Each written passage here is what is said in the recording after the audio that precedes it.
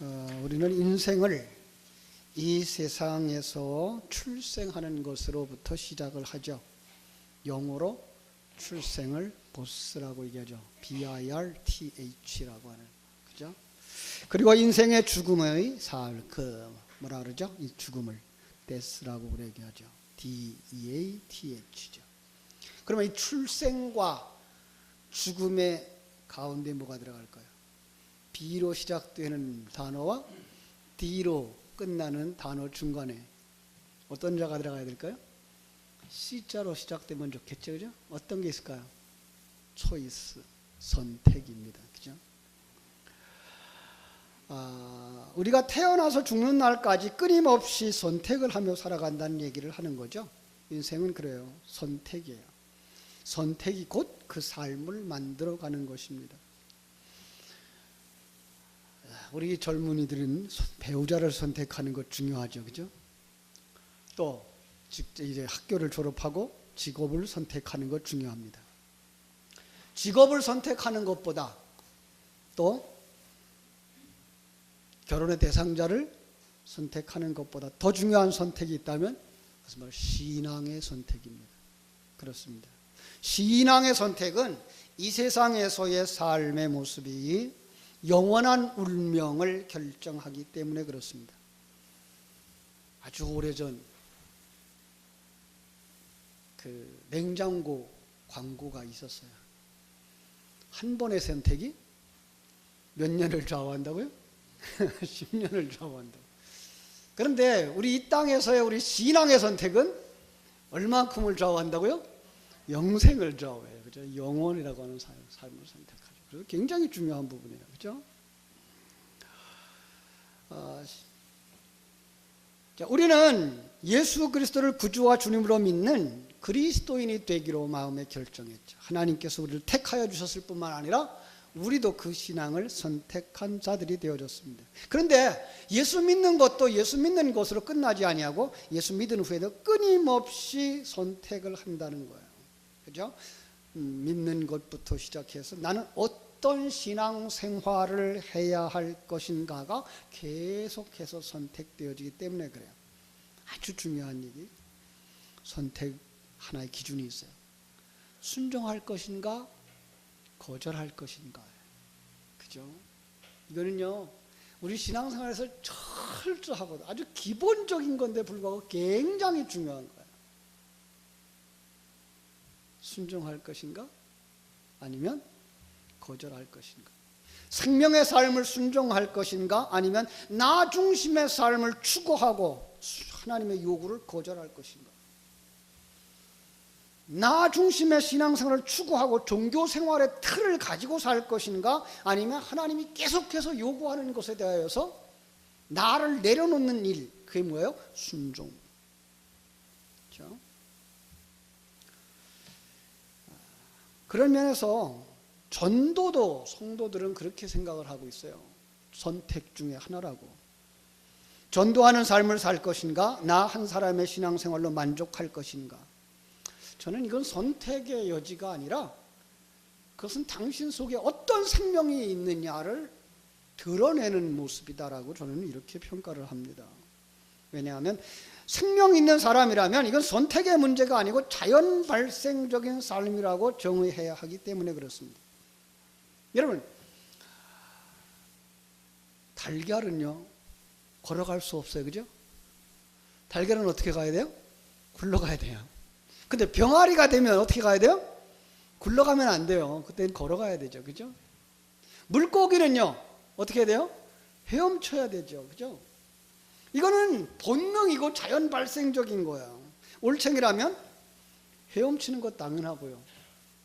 올챙이가 꼬리가 잘라지고 다리가 나왔어요. 그러면 어떻게 돼요? 그 다음에는 개구리 헤엄도 쳐야 되지만 때로 따라서는 점프도 해야 되는 것이 본질적이고 본성적인 것이죠.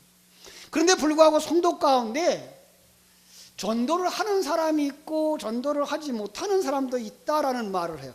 이 말 자체가 오해가 있어요, 사실은. 전도를 사람 데려오는 것으로 한정 지을 때에는 그렇게 말할 수 있어요. 그러나 증인의 역할은 사람을 데려오는 것으로만 집중되지 않는다는 것을 아셔야 합니다. 한국교회의 미래를 준비하는 모임이라는 아주 큰 타이틀을 가진 단체가 있습니다. 그걸 줄여서 한미준 이러죠. 10년 전 2005년에 한국교회 미래 리포트라는 프로젝트를 가지고서 이 한국교인들의 신앙 생태를 조사한 것이 있었어요. 이 조사에 의해서 그 속에서 하나의 질문이 뭔가 하면 나는 지난 1년간 누군가를 전도하여 교회에 출석하게 한 적이 있는가? 라는 질문에 대답을 하는 것이었어요. 여러분, 오늘 여러분들에게 그 질문을 한다 그러면 몇 사람이나 나 지난 한 해 동안 한 사람을 교회에 데려와서 예수 믿게 했어요 라고 손을 들 수 있을까요? 10년 전만 해도 26.5%의 사람들이 그런 일이 있다라고 대답을 했어요. 지난 한 해 동안 나는 한 사람 이상을 주님의 교회에 데려왔고 그가 신앙생활을 합니다라는 사람이 26.5%였어요. 그러지 못합니다라는 말을 한 사람이 73.6%. 그러니까 교회에 출석하는 성도들의 가운데에 네 사람 중에 한 사람 정도가 사람을 데려오는 전도를 했다는 거죠. 저는 이런 걸 보면서 이번 터치 전도에 과연 우리 교회는 몇 사람이 이 일에 참여하고 있을까? 몇 사람이 참여하고 있을까? 그래서 1차적인 통계가 나왔을 때 전도 대상자를 품고 그들을 위해서 기도하겠다라고 결정하신 분들이 22명. 그 후에 통계가 더 나왔다 그러는데 제에 아직 안 들어왔어요. 저는 더욱 많이 되어지리라고 봐요. 더 많은 사람들이 바로 내 주변의 사람들을 난 저 사람을 가슴에 품고 그 사람을 전도하고 싶어요 라고 이름을 적어낸 사람들이 더 많아지리라고 생각을 해요. 그런데 그 정도는 해야죠. 그죠? 그 정도는 해야 되죠. 그 사람을 데려오고 안 데려오는 거는 우리의 힘이 아닌 하나님의 생명일 수 있어요. 그런데 그 생명에 전달되는 통로의 역할을 하겠습니다. 저 사람 만나보겠습니다. 저 사람을 위해서 기도하겠습니다. 저 사람에게 선물이라도 전달하겠습니다 라고 하는 일은 사실은 우리가 다 할 수 있어야 되죠. 그것도 하지 않는다 그러면 그것은 정말 안타까운 일이죠. 그죠? 이건요, 앞에 서 있는 목사의 요구가 아니고요, 우리 교회의 요구예요. 아니, 더 나아가서 우리 주님의 요구이기 때문에 그래요. 그죠? 성경이 그렇게 말하잖아요. 오직 성령이 너에게 임하시면 너희가 권능을 받고 예루살렘과 온 유다와 사마리아와 땅 끝까지 이르러 내 증인이 되라. 그죠? 되리라예요. 되라가 아니라. 나는 너에게 증거를 주었어. 그러니까 너는 뭐 해야 돼요? 그 상황 속에서 너는 반드시 난 그런 증거를 가졌어요 라고 말하는 사람이 되리라예요. 될 수밖에 없도록 증거를 주셨다는 거예요. 여러분과 나의 삶 속에 하나님이 나와 함께 하시는 그 증거를 주신 거예요. 내가 구원받은 하나님의 백성이라는 증거를 주신 거예요. 나는 하늘나라를 소망하며 살아가는 사람이라는 증거를 주신 거예요. 그리고 그 증거 있는데도 증거를 가지고 제때 말하지 않으면 뭐예요? 큰 법적인 그 제재를 받아야 되죠. 마태복음 28장 19절로 20절은 어떻습니까? 그러므로 너희는 가서 모든 민족을 제자로 삼아 아버지와 아들과 성령의 이름으로 세례를 주고 내가 너희에게 분부한 모든 것 가르쳐 지키게 하라. 어떤 특정한 사람에게만 주신 말씀이 아니고 성령 받은 성도들, 거듭난 성도들, 하나님의 생명을 가진 성도들은 마땅히 그리스도의 향기를 내라. 그 다음은 내가 할게 라는 거예요. 그 다음은 내가 할게. 오늘 본문은 거기에 한층 고강도의 메시지를 우리에게 전해줍니다. 바울 사도는 고린도 교인들에게 만일 자신이 전도를 안 한다면 스스로에게 화가 있을 것이라고 아주 비장한 고백을 남기고 있습니다. 여러분, 바울을 통해서 볼 때 복음 전도는 성도들에게 있어서 그것은 무엇입니까? 복음 전도는 의무입니다. 자, 16절 다시 한번 읽겠습니다. 내가 복음을 전할지라도 자랑할 것이 없음은 내가 부득불할 일임이라. 만일 내가 복음을 전하지 아니하면 내게 화가 있을 것임이라. 예, 여기서 복음 전도를 부득불할 일이라고 고백하고 있습니다. 좀 소극적으로 들리나요? 그런데 이걸 영어 성경으로 번역을 한 문장을 보니까 나는 그렇게 하지 않을 수 없는 거룩한 부담을 느끼고 있다라고 표현하고 있어요. 예, 전도를 피해갈 수 없는 거룩한 의무라고 인식하고 있는 것 분명합니다. 그렇습니다. 왜 그럴까요? 바울은 알았습니다. 자신을 향한 하나님의 기대를. 여러분, 아브라함의 생애는 어땠을까요? 내가 너로 복 주어서 네가 복이 되게 할 거야. 축복의 통로가 될 거야. 그러면 그의 삶은 뭐예요? 그 증인의 역할을 할 수 있는 거룩한 부담인 거예요. 마지막에 어떻게 되죠? 그를 핍박하고 그를 힘들게 만들었던 사람이 그에게 와서 협약을 맺는 데까지 나가요. 예, 그게 뭐예요? 그동안 증인의 삶을 살았다는 거죠.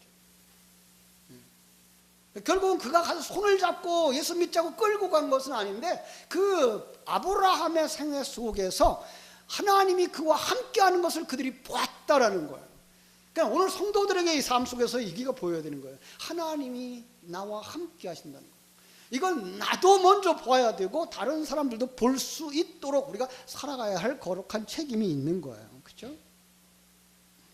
그래서 바울 사도는요, 구원은 나 한 사람에게 주어진 어떤 머물러 있고 나만 복되게 하는 하나의 사건이 아니라 나를 통해서 다른 사람들, 이웃에게 복음이 전달되어져야 되고 이웃이 구원받아야 되는 것, 이것이 바로 하나님의 기대라는 거예요.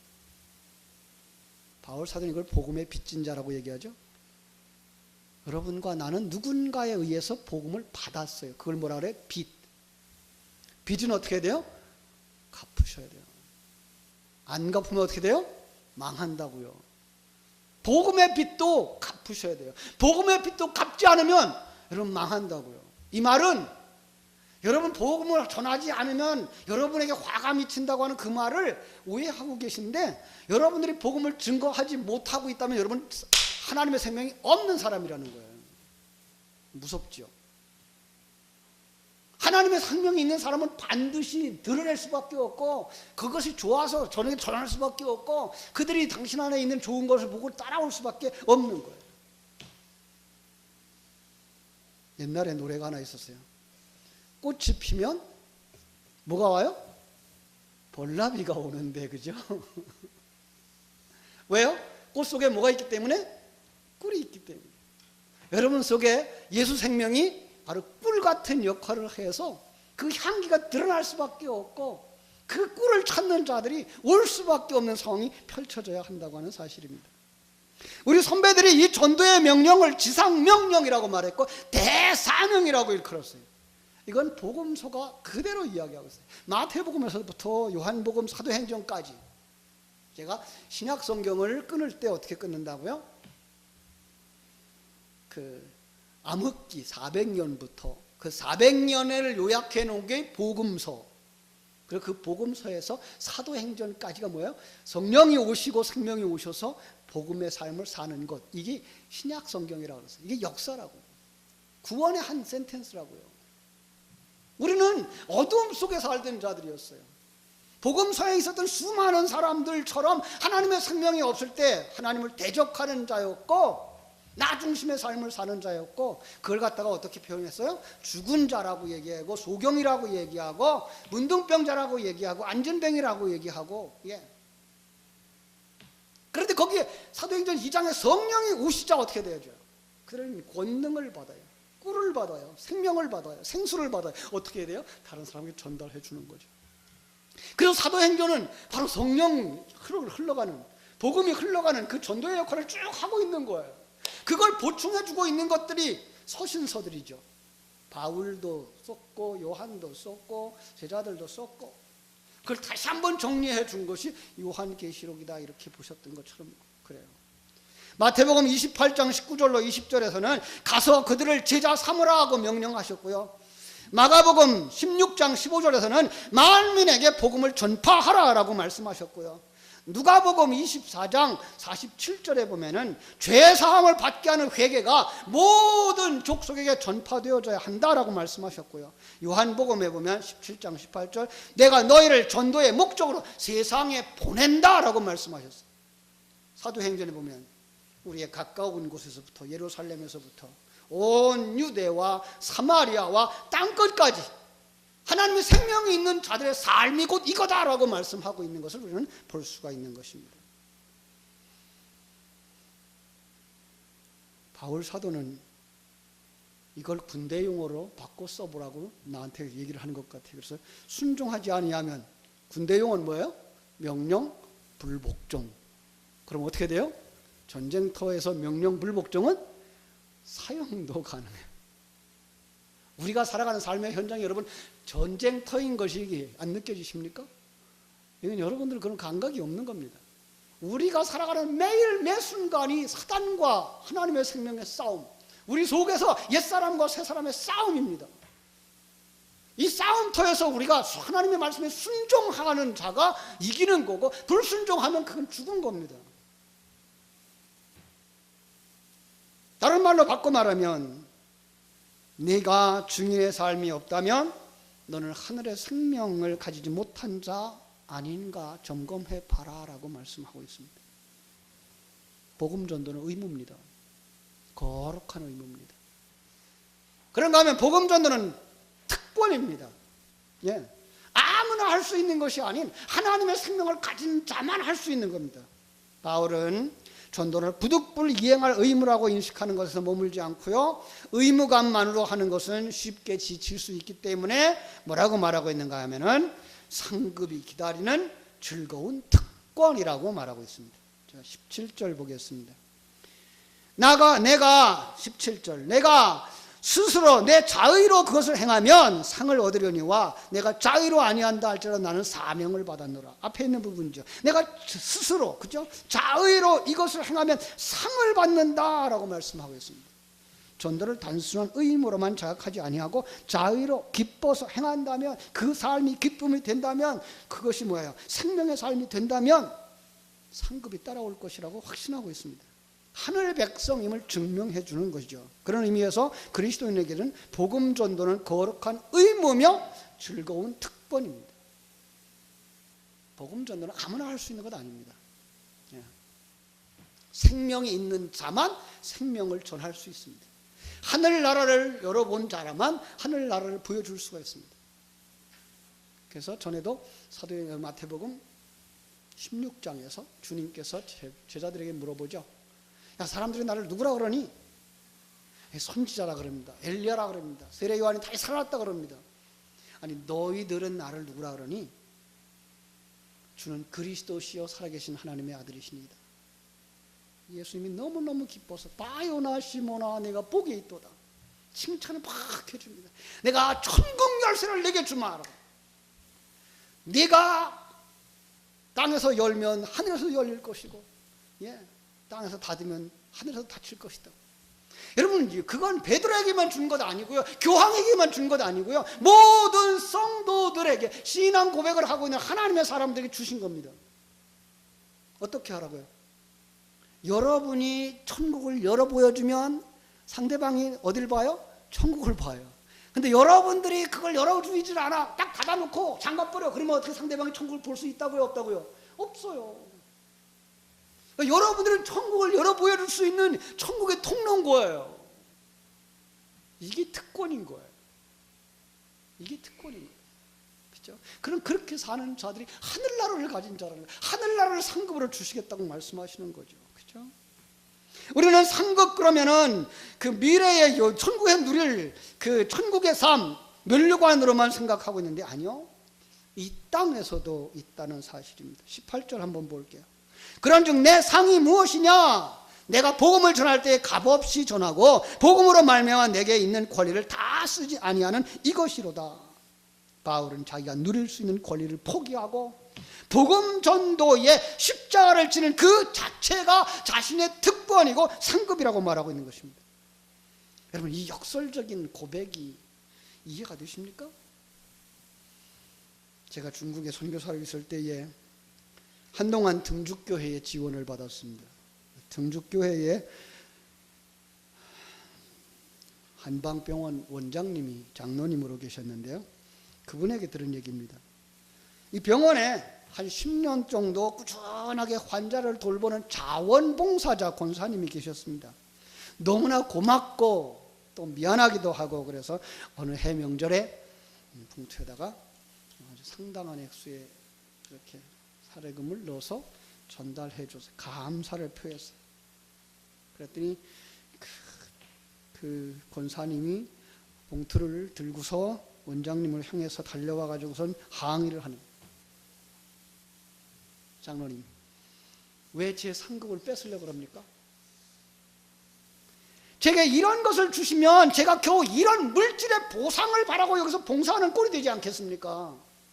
제가 이것을 받으면 저는 더 이상 이곳에서 기쁨으로 일하지 못할 거라고 생각합니다. 장로님이 부끄러워서, 그죠? 권사님의 그 순수한 믿음 앞에 자신이 부끄러워했다고 고백을 하셨습니다. 참 안타까운 건 그 장로님, 사람을 믿고 큰 병원을 2군데, 3군데 운영하시다가 사람들이 잘못하는 바람에 부도가 나서 지금은 그 병원에서 이제 월급 받는 원장님이 되셨어요. 얼마나 보고 안타까운지. 부인 되는 권사님, 그렇게 충성스럽게 여전도회에 봉사하시고 헌신하시고 아낌없이, 그래서 그 병원 지하실이 선교센터예요. 전도 선교센터예요. 그런데 지금은 그 병원에 가서 월급을 받는 수납원이 되어져 있어요. 안타깝지만 그분들의 삶 속에는 이 기쁨이 있어요. 하나님이 주신 것, 하나님이 위해 쓰고, 하나님이 주신 것, 욥이 고백한 것처럼 주신 이도 하나님이시여 취하시지도 하나님이신데 무엇을 우리가 섭섭해하겠습니까?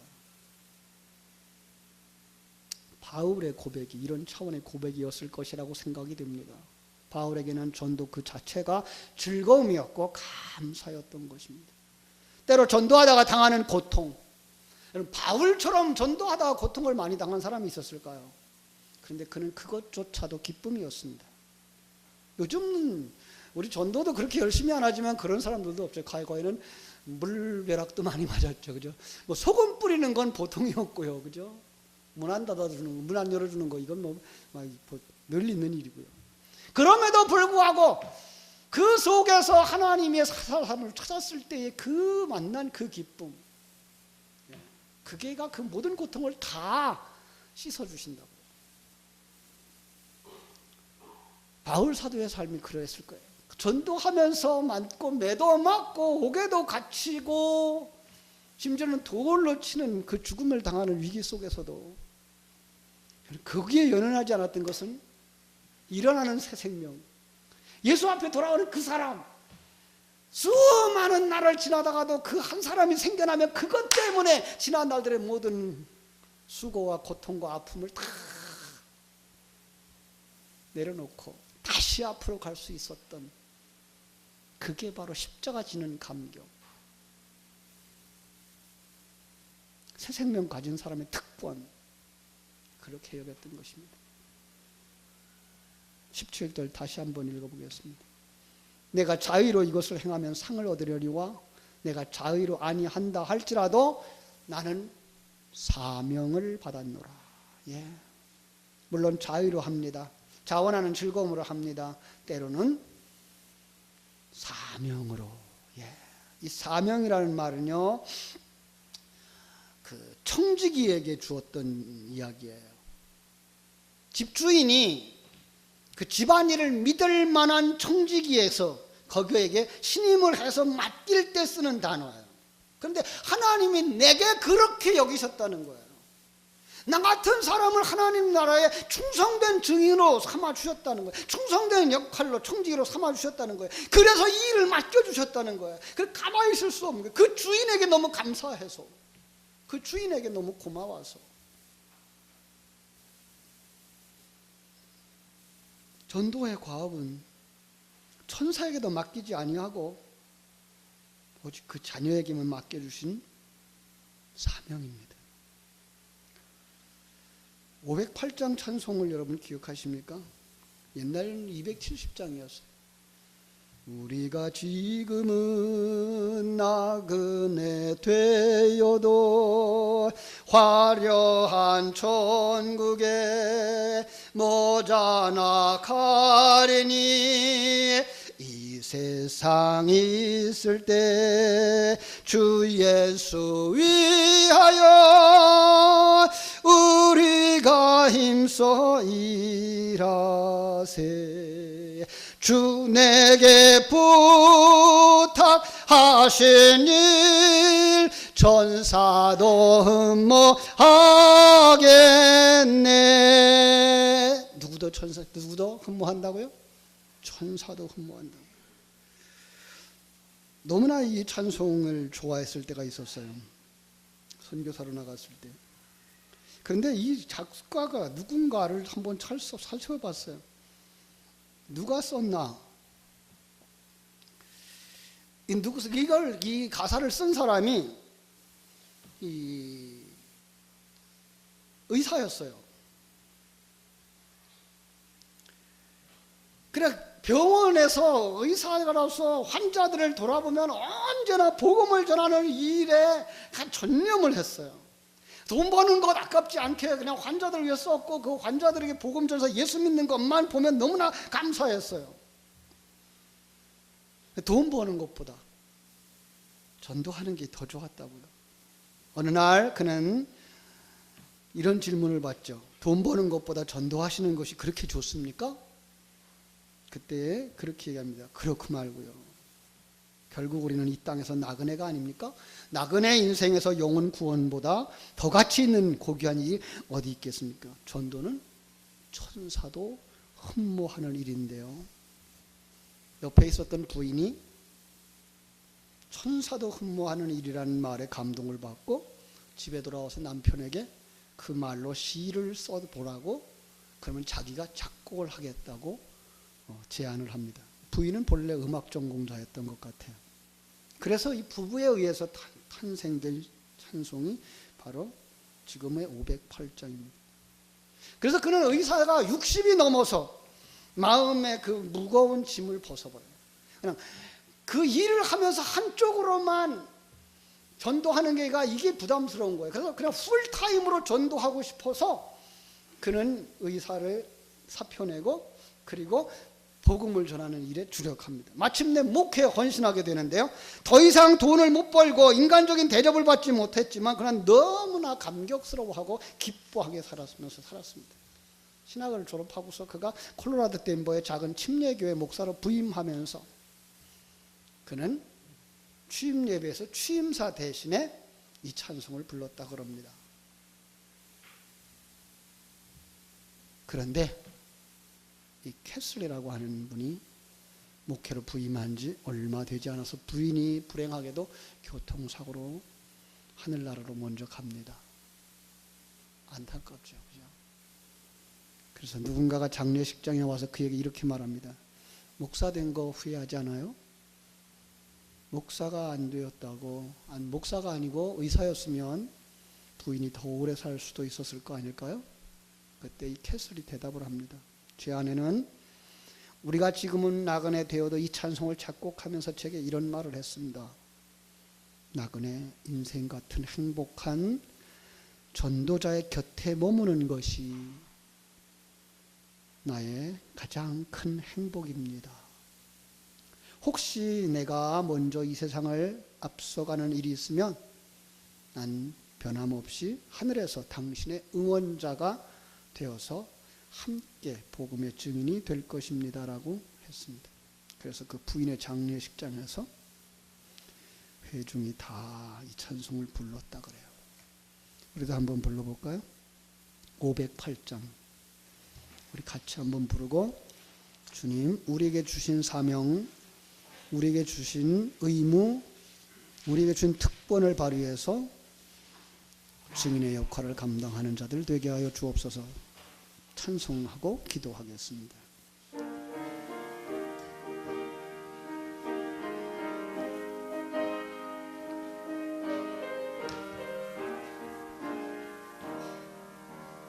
우리가 지금은 나그네 되어도 화려한 천국에 머지않아 가리니 이 세상 있을 때 주 예수 위하여 끝까지 힘써 일하세.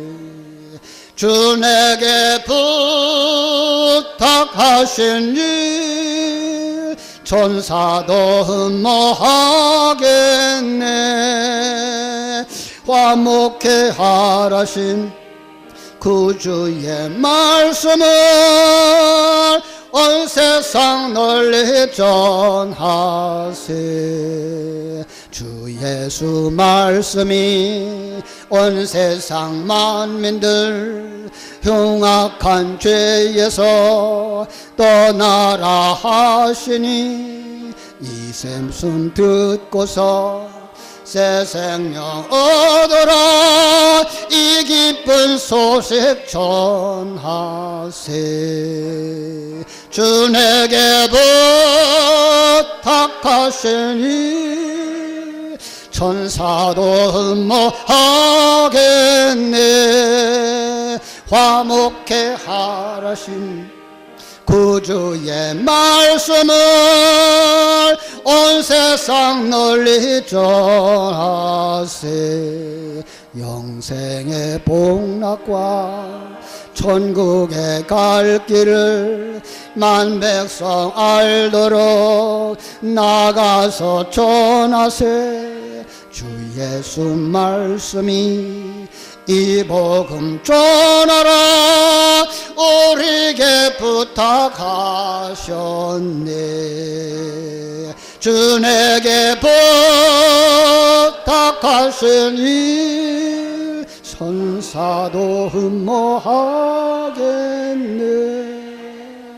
화목해 하라신 구주의 말씀을 온 세상 널리 전하세.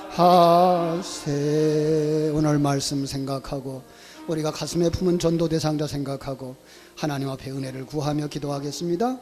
고마우신 아버지, 우리 하나님 크신 은혜와 사랑을 감사합니다. 주님께서 아버지 하나님이여 이 시간에도 아버지 바울 사도를 통하여서 우리에게 주신 말씀, 전도는 의무며 특권이며 사명이라고 하는 사실을 깨달아 알게 해주셨습니다. 하나님의 생명을 가진 자들의 자연 발생적인 사건이고 아버지 하나님이여 우리에게 임마누엘로 함께 하신 하나님을 증거하는 아버지 하나님 주신 생명의 표현이라고 말씀을 해주셨습니다.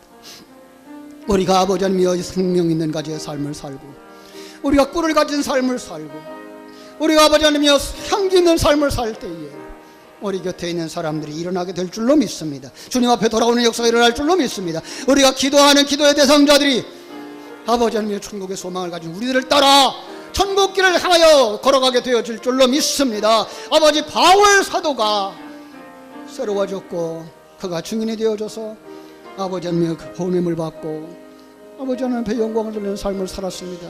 아버지 당신의 사랑하는 귀한 자녀들에게 큰 은혜를 허락하셔서 정말 바울 사도와 같은 증거 가진 사람들 다 되게 하여 주시옵소서. 은혜 있는 사람들 되게 하여 주시옵소서. 능력 있는 사람들이 되게 하여 주시옵소서. 사명에 붙잡힘 받은 사람들 되게 하여 주시고 기도하여 성령 받고 아버지 말씀으로 능력 받고 주님과 함께 동행하면서 정말 주님과 함께 일하는 삶을 기쁨을 누리는 증인들이 다 되게 하여 주시옵소서. 예수님의 이름으로 기도하옵나이다. 아멘.